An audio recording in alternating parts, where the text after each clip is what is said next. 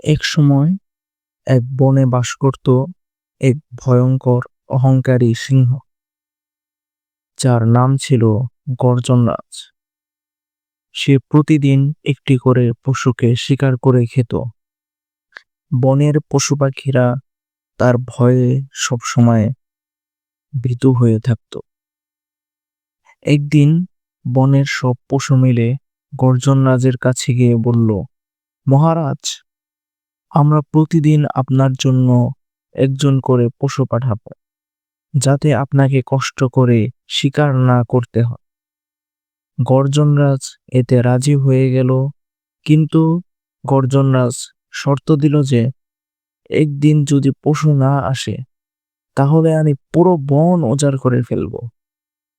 এভাবে অনেক দিন চলে গেল। একদিন সিংহের খাবার হওয়ার পালা এলো এক ছোট খরগোশের। তার নাম ছিল বুধি। বুধি ইচ্ছাকৃতভাবে সিংহের গুহায় দেরিতে পৌঁছালো। সিংহ রেগে গর্জন করে বলল, এত দেরি করলি কেন?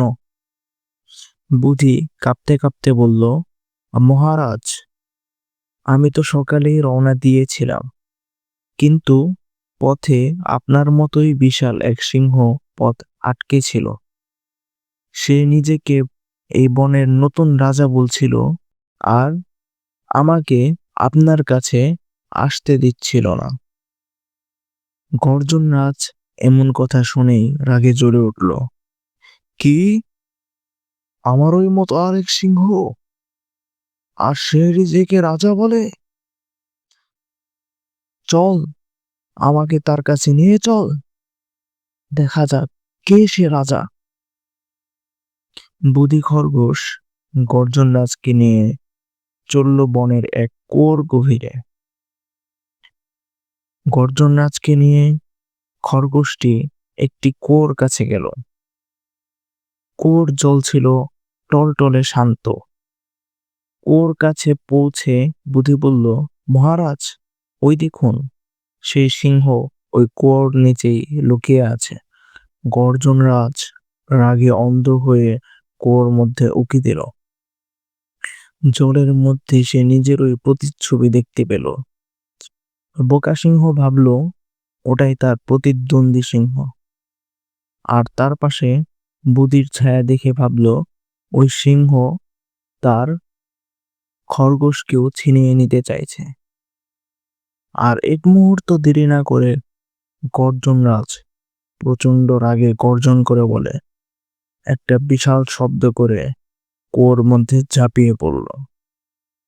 কিন্তু কুয়োর মধ্যে তো কোনো সিংহ ছিল না, ছিল শুধু ঠান্ডা পানি। গভীর কুয়োর মধ্যে ঝাঁপিয়ে পড়ে গর্জনরাজ আর উপরে উঠে আসতে পারল না। এক সময় সে ডুবে মৃত্যুবরণ করল। বুধি খরগোশ বুদ্ধি দিয়ে বনের সব পশুকে সেই দুষ্ট সিংহর হাত থেকে বাঁচিয়ে দিল। বনের পশু পাখিরা আবার শান্তিতে বসবাস করতে লাগলো।